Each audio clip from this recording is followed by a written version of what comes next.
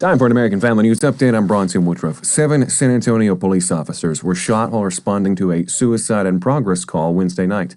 The suspect was later found dead inside of an apartment after a standoff. This is according to San Antonio Police Chief Bill McManus. The chief said a SWAT team was called to the Stone Oak neighborhood. McManus explained that after several hours, the suspect was dead, but it was not immediately known how he died, according to McManus. He described the suspect as a man in his 40s and said the original call to police came from a family member. Earlier, McManus had said that 4 officers were wounded and that none of those officers' injuries were believed to be life-threatening. Firefighters fought to maintain the upper hand on a huge and rapidly moving fire that swept through rugged mountains north of Los Angeles and resulted in more than 50,000 people being put under evacuation orders or warnings. It's been named the Hughes Fire. It broke out late Wednesday morning and in less than a day had charred nearly 16 square miles of trees and brush near Castaic Lake. It's a popular recreation area about 40 miles from the devastating Eaton and Palisades fires. Those are now burning for a third week. We're told that by Wednesday night, about 14% of the Hughes fire had been contained.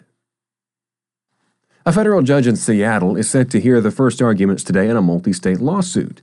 The suit is trying to block President Trump's executive order ending so-called birthright citizenship. U.S. District Judge John Coffiner scheduled the session to consider the request from Arizona, Illinois, Oregon, and Washington. Trump signed the order on Inauguration Day. It's slated to take effect on February 19th. One of the lawsuits says it could impact hundreds of thousands of people born in the country. The suit says that in 2022, there were about 255,000 births of citizen children to mothers living in the country illegally, and about 153,000 births to 2 such parents. The House on Wednesday gave final approval to the Laken Riley Act. It requires the detainment of unauthorized immigrants accused of theft and violent crimes. The Laken Riley Act was named after a Georgia nursing student murdered by an illegal alien from Venezuela.